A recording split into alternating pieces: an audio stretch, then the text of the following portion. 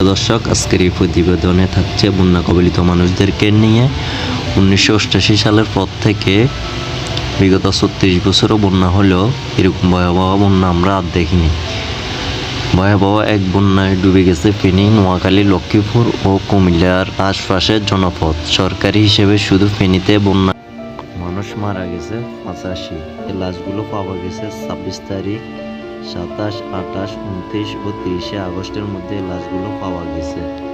ফেনী, পরশুরাম, ফুলগাজী, দাগনভূঞা, সোনাগাজী, লালপুর ওদিকে যারা ত্রাণ বিতরণ করছেন, আপনারা মন খারাপ করবেন না, কারণ কিছু মানুষ আপনাদের সাথে খারাপ ব্যবহার করছে, কারণ তারা ভালো মানুষ না।